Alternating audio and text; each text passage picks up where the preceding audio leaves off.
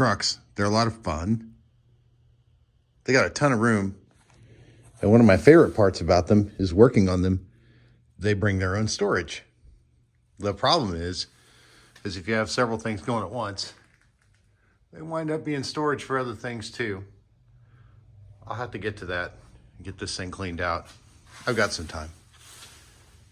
So a little update.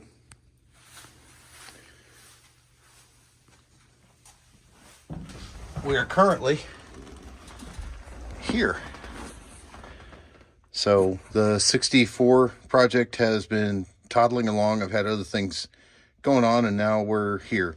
What I've done is I've followed the advice, the guidance of Jamie Atwood and Carrie Kinzer, and based on their you can see a couple of those sheets here. There's one, and there's another one. But based on their advice, the Magnum swap's fairly easy, and I think we're about ready to plumb it, fuel it, and fire it. So we're going to get further on that today. What I wanted to show you was the relay setup that I chose to use is probably overkill. There's six relays, 6 fuses on this, and I think it's probably too many. I only really needed 3, but I thought I'd need more relays, and I don't. So it's bigger than it needs to be, and it's going to be fine. A few of those are just going to stay open for future use. I'll figure out where this is going to mount soon. This truck will have vintage air in it eventually, so I don't want to get too far because, well, vintage air takes up different real estate than the factory stuff does. So I may leave that hanging loose for a little while. It's not going to hurt anything. Some of the other things you may have missed, I've been able to,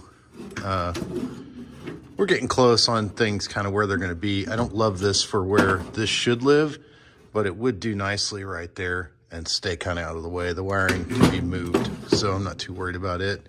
The original plan was to take the ECU and put it somewhere in here. The battery is taking up too much of that real estate. I don't know.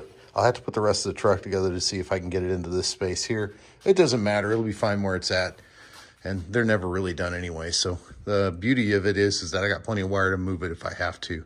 The rest of this, I don't know how much of this has been shown lately, but is moving along. My favorite part of this is that I can take this and not get sparked or smoked. Not let the magic smoke out.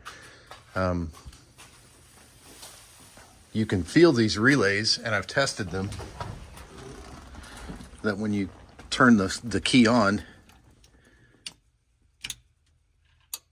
and you hear it cycling on and off, that's the fuel pump.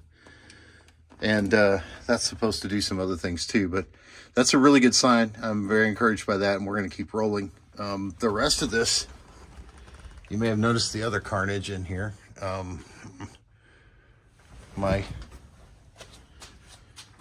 My lack of ability to clean up half a mess.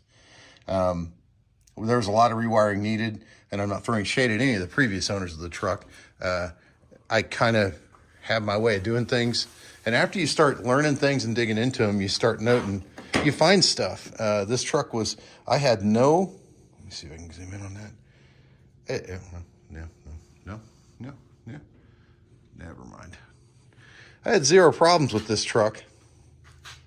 The taillights, everything worked. This is the main harness that runs through the back of the truck. We found this as we were taking things apart.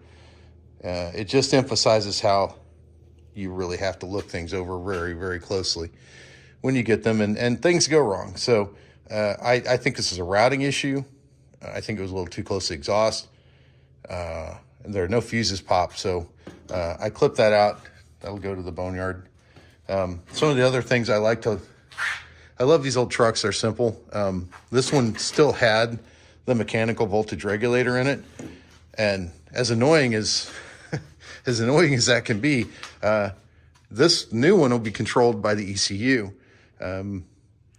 Newer does not mean better, so I will say there are kits out there right now that when this fails, you can go straight to this and put an old school regulator on it. I'm not too sure you could go back to a factory mechanical one, but you could put one of the digital ones from the late 70s in them and regulate your voltage that way. So those things are moving as well.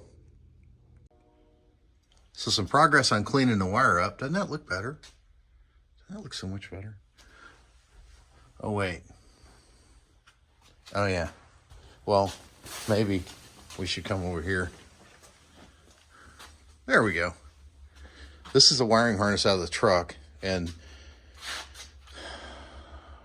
I just can't leave well enough alone.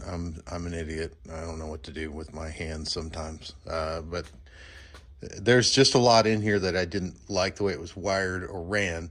I think the harness itself is probably salvageable. I don't think there's anything burnt up or wrong with it. I'm just going to start splitting it and rerouting it. I'll also wire in a cluster loom that allows me to unplug the steering, unplug the steering column, and a cluster loom that'll allow me to unplug the dash, the instrument panels. So what I'll probably do is clean this up. I think the harness is fine. It's good wire. There's nothing wrong with it. You can see this is what happens when you wire something and you tape it with black tape and you tape up the loom, and the tape separates from the adhesive and it just makes this gummy mess. No shade thrown. Everybody does this, and you rarely get this deep back into it, cleaning it up or pulling it apart. But these wires are marked. If you get all the black crap off of them, they'll tell you where they go.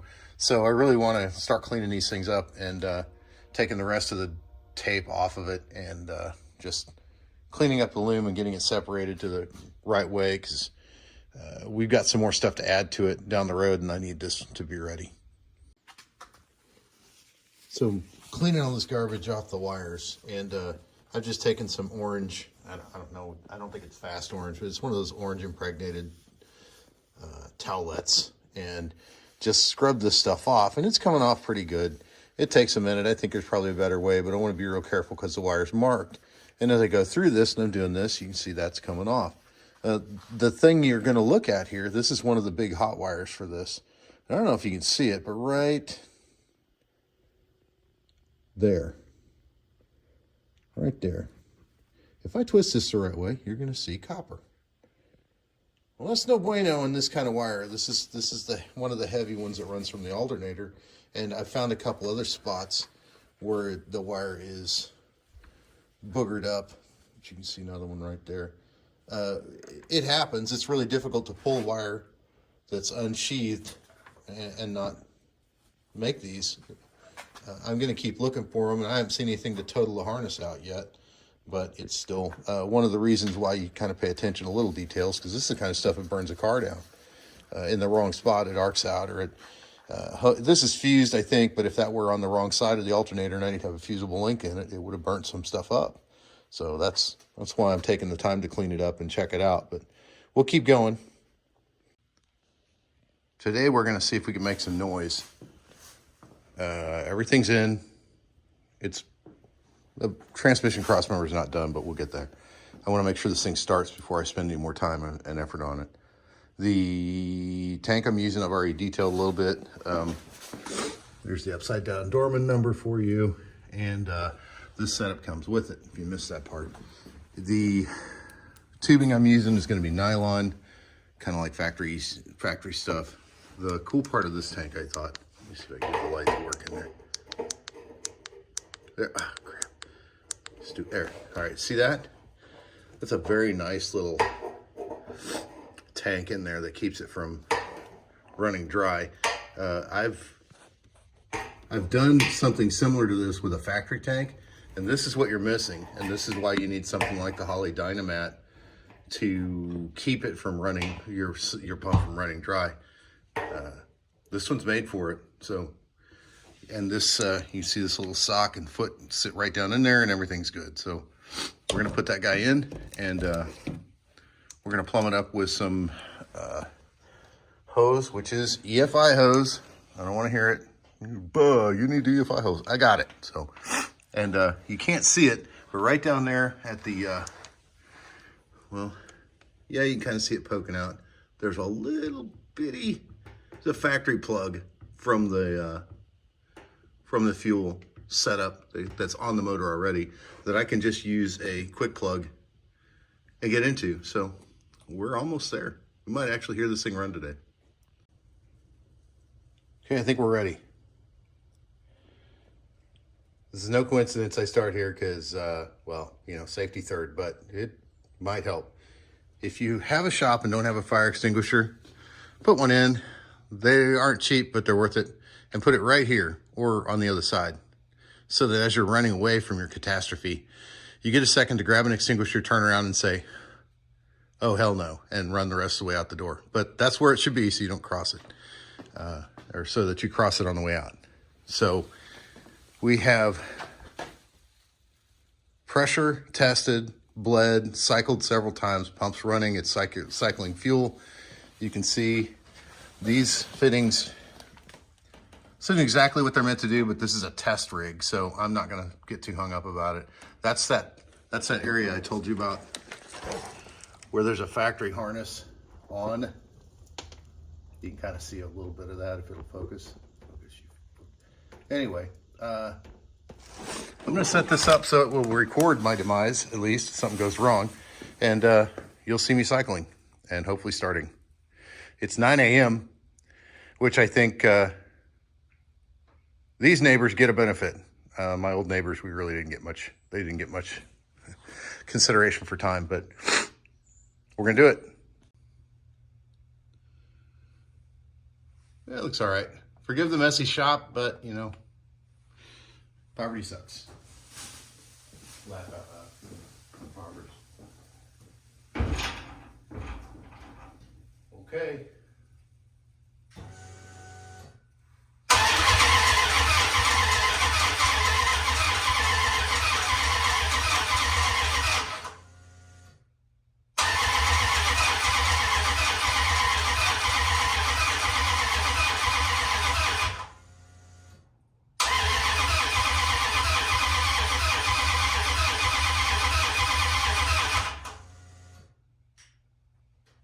Okay, strike one. Let's see what we're missing. This could be a dry fuel rail issue, which takes a second to bleed, so I'm going to give it some help.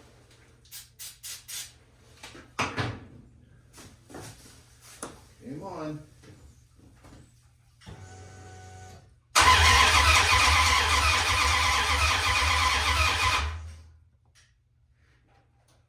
Yeah, okay.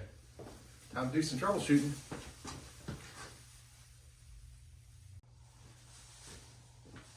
All right, it's quite a bit later in the day. We spent some time going round and around with factory schematics. So, found some things, didn't look right. We're gonna give it a shot again. And hopefully it'll be loud.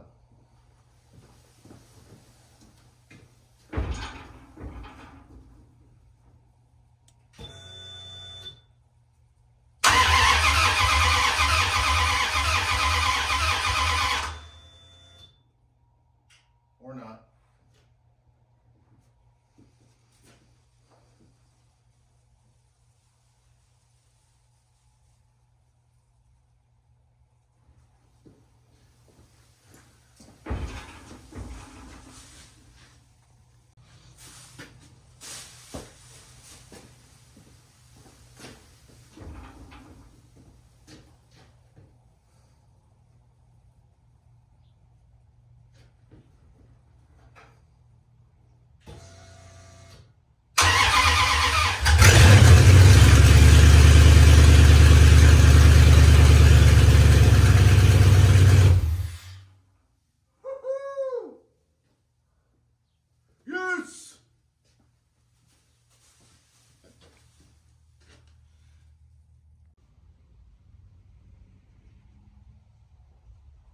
A huge help in this has been a factory service manual from the donor vehicle. So I would have gotten by without it, but it certainly helped me figure this out sooner. Another huge help has been, here's the pinout of this is included in the factory service manual. So it helps you figure out where, what, when. Also, again, these guys, Jamie Atwood and Carrie Kinzer, you guys are the bomb. I freaking love you guys, and thank you so much for your help. Some things I found out on my own, figured out on my own. Thought I had everything right, went back through, even hacked up a little bit of my cool stuff that I had looking nice, which I know you can't tell, but the Mopar crank and run, change positions. So when your ignition is on, it stays on, but when you go to crank, it kills ignition. Based on the way they did it, they jumpered it around the factory resistor to give you 12 volts of the coil briefly. And then after you let off and it started, it goes back to your ignition side and through the resistor and gives you lesser voltage to the coil. Well, the switches are all wired that way. So if you have power while you're in ignition on, and then you can't figure out why it won't start and you've just done an EFI conversion, have a look, especially if it's a Mopar, have a look at your gauge, or sorry, your voltage on your ignition side. And as you're cranking, your voltage might not be supporting your ignition side, which will drive you freaking nuts until you have that moment. So there you go. What I've done, this switch is old enough, thankfully, it's got a primary and a secondary ignition side, so when you're cranking, it has ignition. So I just jumpered over onto that post so that both of them are hot. And that's how you would do it, and that's how I did it in a Roadrunner even. I can't believe I didn't. I've fought this beast twice now. I am a slow learner. So anyway, there you go. Now it's time to clean up some of this mess and start working on getting it roadworthy.